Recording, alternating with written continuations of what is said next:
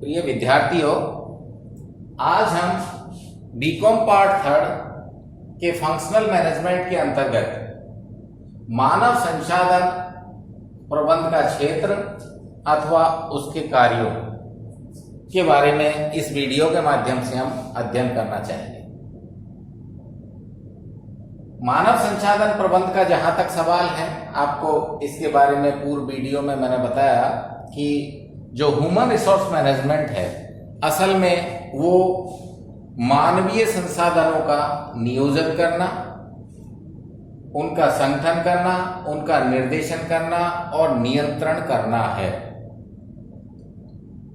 सामान्यतः बहुत संक्षेप में यदि हमें बताना हो तो हम ये कह सकते हैं कि functions of human resource management जो है वो क्या है, अर्थात उसमें हम बहुत संक्षेप में ये बता सकते हैं कि भर्ती से लेके और सेवानिवृत्ति तक के सभी कार्य मानव संसाधन प्रबंध का हिस्सा होते हैं।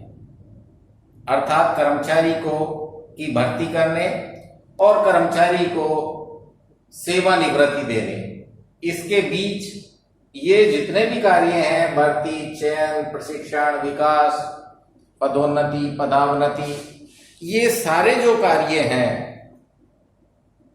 वो मानव संसाधन प्रबंध के अंतर्गत पढ़ने को मिलते हैं। तो मानव संसाधन प्रबंध का क्षेत्र या इसके जो कार्य हैं उसको हम अध्ययन की सुविधा की दृष्टि से दो भागों में बांटकर अध्ययन करेंगे।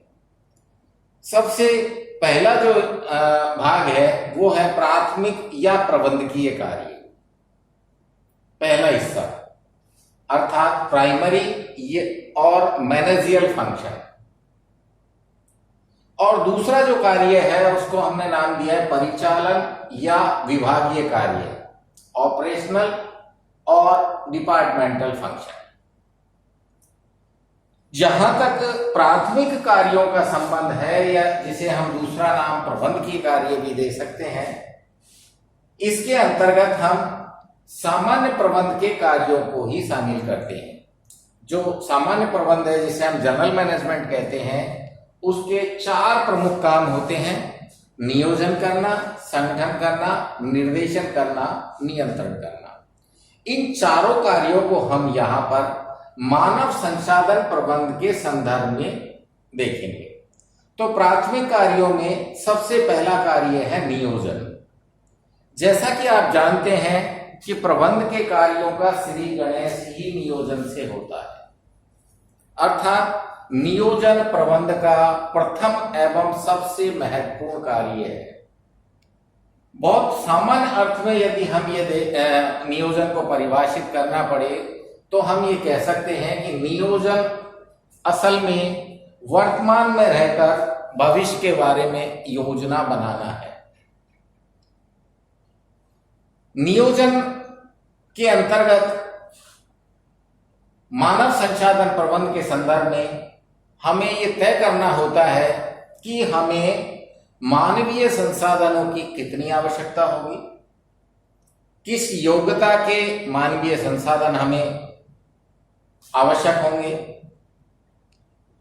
कब कब हमें कितने कितने मानवीय संसाधनों की आवश्यकता होगी।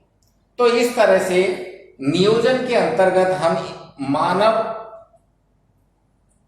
संसाधनों का निर्धारण करते हैं, अर्थात हमारे ऑर्गेनाइजेशन में कितने कर्मचारियों की हमें आवश्यकता है, किस योग्यता के कर्मचारियों की हमें आवश्यकता है। समय और परिस्थितियों के हिसाब से भविष्य में यदि इस संख्या को बढ़ाना पड़े, योग्यता को बढ़ाना पड़े, तो वो संख्या क्या होगी, इस सब का जो निर्धारण है वो योजना के अंतर्गत आता है। इसी के साथ योजना के अंतर्गत हम ये भी तय करते हैं कि नियोजन के अंतर्गत मानवीय संसाधनों की व्यवस्था के लिए हमें कौन सी नीतियां बनानी पड़ेगी, कौन से नियम बनाने पड़ेंगे, कौन सी विधियां, कार्यविधियां हमें इसके अंतर्गत काम में लेनी होगी, ताकि मानवीय संसाधनों की संगठन में अनवरत पूर्ति हो सके। दूसरा प्रबंध का जो मानव संसाधन प्रबंध का दूसरा जो महत्वपूर्ण कार्य है वो है संगठन, ऑर्गेनाइजिंग।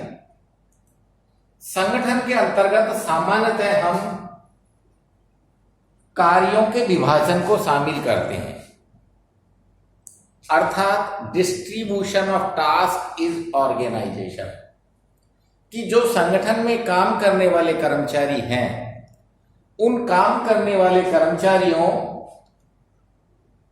को काम बांटना संगठन के अंतर्गत शामिल होता है। इस कार्य विभाजन के आधार पर ही संगठन में कर्मचारियों के मध्य पारस्परिक संबंधों की स्थापना होती है, अर्थात कर्मचारियों के मध्य अधिकारी और अधीनस्थ की व्याख्या होती है कि कौन किसका अधिकारी होगा, कौन उसके अधीन होगा। इस सबका जो पता है वो हमें इस प्रबंध के महत्वपूर्ण कार्य अर्थात संगठन के अंतर्गत तय होता है। तो ये कार्मिकों के मध्य पारस्परिक संबंध स्थापित करना भी है। तीसरा जो प्राथमिक कार्य है निर्देशन करना।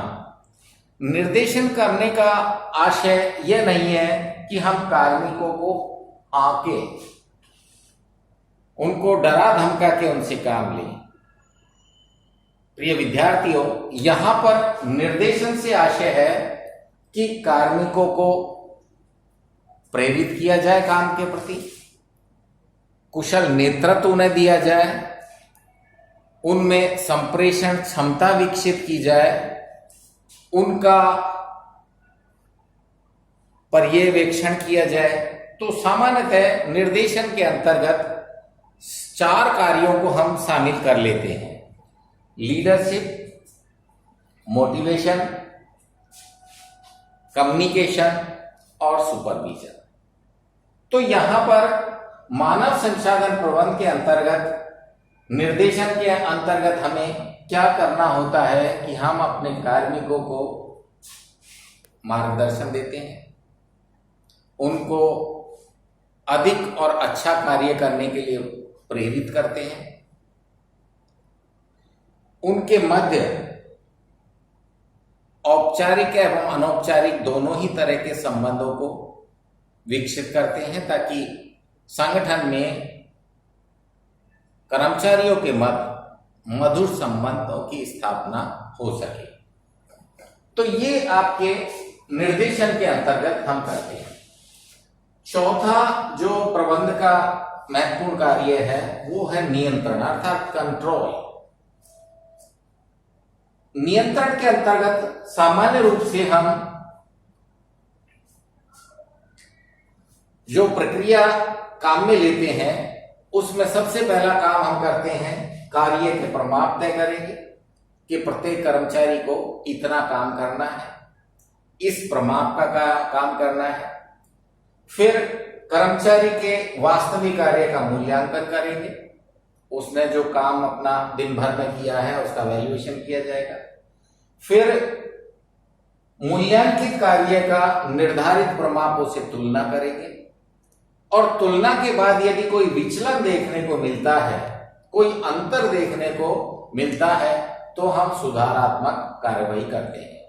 तो सामान्यतः नियंत्रण की प्रक्रिया के अंतर्गत हम प्रमापों को निर्धारित करते हैं, प्रमापों से वास्तविक निष्पादन की तुलना करते हैं और विचलन आने पर उनको दूर करने के प्रयास करते हैं। तो ये थे मानव संसाधन प्रबंध के प्राथमिक कार्य।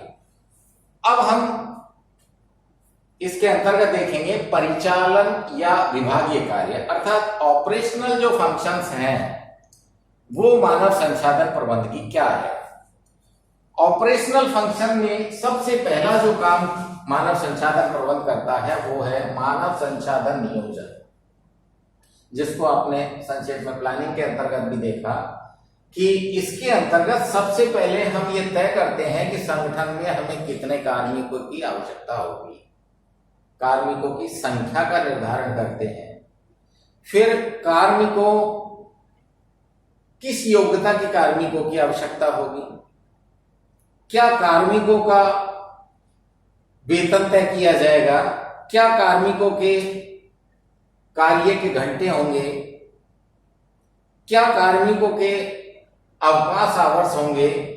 तो ये सारी जो प्लानिंग है मानव संसाधन की, जो ह्यूमन रिसोर्स के संबंध में हम ये सब तय कर रहे हैं कि भाई कितने कर्मचारियों की जरूरत है, किस योग्यता के कर्मचारियों की जरूरत है, उनको उस योग्यता के कर्मचारियों का रिसोर्स क्या रहेगा, अर्थात रिक्रूटमेंट हम भर्ती करेंगे तो भर्ती किन माध्यमों से की जाएगी, उसका सोर्स क्या रहेगा। तो ये सारी बातों का निर्धारण हम इस कार्य के अंतर्गत करते हैं। इसका नेक्स्ट काम है कर्मचारियों की भर्ती, चयन एवं नियुक्ति, जिसको संक्षेप में हमने इसके अंतर्गत भी देखा। भर्ती, चयन एवं नियुक्ति, सामान्यतः भर्ती के अंतर्गत हम ये मानते हैं कि कर्मचारी को नौकरी दे देना भर्ती माना जाता है, लेकिन ऐसा नहीं है। भर्ती असल में कर्मचारियों को से प्रार्थना पत्र मांगना है रिक्त पदों के अगेंस्ट। रिक्त पदों के अगेंस्ट हम उनसे निर्धारित योग्यताधारी कार्मिकों से जो आवेदन पत्र मांगते हैं उसे भर्ती कहा जाता है। भर्ती के अंतर्गत जब आवेदन पत्र आ जाते हैं तो उन आवेदन पत्रों की हम छंटनी करते हैं, वो सिलेक्शन का प्रोसेस शुरू हो जाता है। अर्थात चयन के अंतर्गत हम कार्मिकों को स्वीकृत और अस्वीकृत करते हैं। कई लोग तो ये कहते हैं कि selection is the process of rejection of the applicants, कि जो एप्लीकेंट्स है उसकी एप्लीकेशन को अस्वीकृत करने की जो प्रक्रिया है वो चयन है। इसीलिए सामान्यतः चयन को एक नकारात्मक प्रक्रिया भी माना जाता है, क्योंकि इसके अंतर्गत हम कर्मचारियों को नकारने का काम करते हैं। अर्थात जितनी पोस्टें हैं उनसे जितने अधिक कर्मचारी हमारे आए हैं तो बाकी को हमको नकारना होगा। तो उसके आधार के लिए हम कई संगठन कोई एग्जाम करा लेते हैं, कई संगठन साक्षात्कार रख लेते हैं, तो हमको जो है चयन की प्रक्रिया भी तय करनी होती है। और जब चयन कर लिया जाता है कर्मचारी का तो आखिरी जो काम इसके अंतर्गत करते हैं वो हम उस कर्मचारी को नियुक्त करने का करते हैं, अर्थात उसका अपॉइंटमेंट या उसका प्लेसमेंट कर दिया जाता है। क्योंकि जब तक कार्मिक की नियुक्ति नहीं की जाती है तब तक वो रिक्त पद खत्म नहीं होता है और कार्मिक भी हमें नहीं मिलता है। तो ये 3 काम सामान्यतः हम इसके अंतर्गत करते हैं। तीसरा कार्य है समाजीकरण या अभिमुखीकरण। सामान्यतः हम इसे ओरिएंटेशन के नाम से पुकारते हैं कि ओरिएंटेशन प्रोग्राम। इसके अंतर्गत हम जो कार्मिक हमने भर्ती किए हैं संगठन में उन कार्मिकों का सामाजीकरण करते हैं, अर्थात उनको अन्य कार्मिकों से मिलाने का काम करते हैं, अन्य कार्मिकों के संपर्क में लाने का, उनकी जान पहचान बढ़ाने का, उनको क्या काम करना होगा उस कार्य के बारे में जानकारी देने का। ये सारा जो काम है वो कार्मिकों का ओरिएंटेशन कहलाता है, उनका अभिमुखीकरण या समाजीकरण कहलाता है। इसके बाद अगला है प्रशिक्षण एवं विकास। जब कार्मिकों की भर्ती कर ली जाती है, उनकी नियुक्ति कर ली जाती है, तो ऐसी दशा में उन कार्मिकों से काम लेने के लिए हमें उनको ट्रेनिंग देनी होती है, उनका हमें विकास करना होता है। तो प्रशिक्षण के अंतर्गत हम कार्मिकों को कार्य पर लगाने से पूर्व कुछ दिनों के लिए उस पर्टिकुलर कार्य को करने की ट्रेनिंग देते हैं। और विकास के अंतर्गत सामान्यतः जब वो काम करने लग जाता है तो बीच बीच में हम उसके डेवलपमेंट के लिए विभिन्न प्रकार के रिफ्रेशर प्रोग्राम या अन्य सेमिनार वगैरह आयोजित करते हैं ताकि उसका डेवलपमेंट होता रहे। नेक्स्ट है निष्पादन मूल्यांकन, परफॉर्मेंस अप्रेजल। इसके अंतर्गत हम कार्मिक के कार्यों का मूल्यांकन करते हैं कि उसने एक निर्धारित अवधि जो सामान्यतः 1 वर्ष भी मानी जाती है, उस निर्धारित अवधि में उसने संस्था के लिए किस तरह का काम किया है। यदि उसका निष्पादन मूल्यांकन निर्धारित प्रमापों से अधिक होता है तो हम उसे इसका फायदा उसकी पदोन्नति के माध्यम से देते हैं, उसको पदोन्नति कर देते हैं, उसको बड़े पद पे लगा दिया जाता है। और यदि उसका निष्पादन मूल्यांकन निर्धारित प्रमाप से कम होता है तो हम उसकी पदोन्नति भी कर सकते हैं, हम उसे संस्था से निकाल भी सकते हैं, हम उसका अनियंत्र स्थानांतरण भी कर सकते हैं। तो ये जो निष्पादन मूल्यांकन है उसके अंतर्गत कार्मिक का ओवरऑल निष्पादन या ओवरऑल निष्पादन का वैल्यूएशन किया जाता है। नेक्स्ट, पदोन्नति, पदोन्नति, स्थानांतरण एवं पृथक्करण। जैसा कि ऊपर भी हमने इसके बारे में देखा कि जब कार्मिक अच्छा काम करता है, अपने निर्धारित प्रमाप से अधिक काम करता है, तो हमें उससे को पदोन्नत करना होता है, छोटे पद से बड़े पद पर उसे पदोन्नति देनी होती है ताकि कार्मिक का अभिप्रेरण बना रहे, वो काम के प्रति प्रेरित होता रहे। जब कार्मिक अपने निर्धारित प्रमापों से कम काम करता है तो उसे पदोन्नति भी करनी पड़ जाती है, उसका स्थानांतरण भी करना पड़ जाता है। और कार्मिक बिल्कुल ही काम करके ढंग से नहीं दे पाता है तो ऐसी दशा में उसको नौकरी से निकाला भी जा सकता है। नेक्स्ट, आपके पारिश्रमिक या क्षतिपूर्ति। कार्मिकों को क्या वेतन, क्या मजदूरी दी जाएगी, इसका निर्धारण भी मानव संसाधन प्रबंधन द्वारा किया जाता है। उनको कार्य के बदले दी जाने वाली मजदूरी के अलावा फ्रिंज बेनिफिट भी दिए जाते हैं, जिन्हें अपन ये कहते हैं मजदूरी या वेतन के अलावा दी गई मौद्रिक सुविधाएं, मौद्रिक लाभ, जो हम चाहे तो उनका निःशुल्क चिकित्सा, उनके बच्चों को निःशुल्क शिक्षा और भी अन्य कई माध्यमों से उन्हें दे सकते हैं। नेक्स्ट है आपकी अनुरक्षण, मेंटेनेंस। मेंटेनेंस के अंतर्गत हम इस तरह का वातावरण संगठन में तैयार करते हैं ताकि कर्मचारी संस्था में बना रहे, संस्था को छोड़कर नहीं जाए। तो हम जो है संगठन के वातावरण को अच्छा बनाने का प्रयास इस मेंटेनेंस के कार्य के अंतर्गत करते हैं। नेक्स्ट, अनुशासन। संस्था में अनुशासन बनाए रखना भी बहुत जरूरी होता है। बिना अनुशासन के कोई भी संगठन अपने लक्ष्यों को प्राप्त नहीं कर सकता। ऐसी स्थिति में हम जो है संस्था में अनुशासन बनाए रखने का भी प्रयास करते हैं और इसके लिए कई बार हम कार्मिकों को दंडित भी यदि हमें करना पड़े तो हम करते हैं। नेक्स्ट, श्रम संबंध, लेबर रिलेशन। लेबर रिलेशन के अंतर्गत सामान्यतः हम जो है जो श्रम संगठन है उनसे निरंतर वार्ताएं करते रहते हैं ताकि श्रम और प्रबंध के बीच अच्छे संबंध बने रहे। नेक्स्ट, सेवी वर्गीय शोध अर्थात पर्सनल रिसर्च। सामान्यतः ये कार्य बड़े संगठनों में किया जाता है, छोटे संगठनों में इस तरह के शोध की व्यवस्थाएं नहीं होती है। संगठन विकास, ऑर्गेनाइजेशनल डेवलपमेंट, इसके लिए हम समय समय पर विभिन्न प्रकार के सेमिनार, सम्मेलन, वर्कशॉप इनका आयोजन करते रहते हैं जो कि संगठन के विकास के लिए बहुत जरूरी होते हैं। नेक्स्ट है अभिलेख रखना अर्थात रिकॉर्ड कीपिंग। अभिलेख रखने के अंतर्गत सामान्यतः हम कार्मिक से संबंधित उसकी सेवा पुस्तिकाएं, उसकी पर्सनल फाइलें, इन सारा रिकॉर्ड कि कर्मचारी कब भर्ती हुआ, कब उसे पदोन्नति दी गई, कब उसकी सेवानिवृत्ति है, ये सारा जो रिकॉर्ड मेंटेन करना है वो अभिलेख रखने के अंतर्गत आते हैं। और जनसंपर्क यानी पब्लिक रिलेशन, इसके अंतर्गत सामान्यतः संगठन को जो विभिन्न सरकारी दफ्तर हैं उनके साथ भी अपना एक तालमेल रखना होता है। जैसे कि आपके एम्प्लॉयमेंट ऑफिस है, रोजगार कार्यालय, तो हमें जब कार्मिकों की आवश्यकता होती है तो कई बार हम रोजगार कार्यालय के माध्यम से भी भर्ती करना चाहते हैं, तो हमें अपना जो जनसंपर्क है वो भी बनाए रखना होता है। इसी के साथ प्रिय विद्यार्थियों, आज का ये वीडियो समाप्त होता है। नेक्स्ट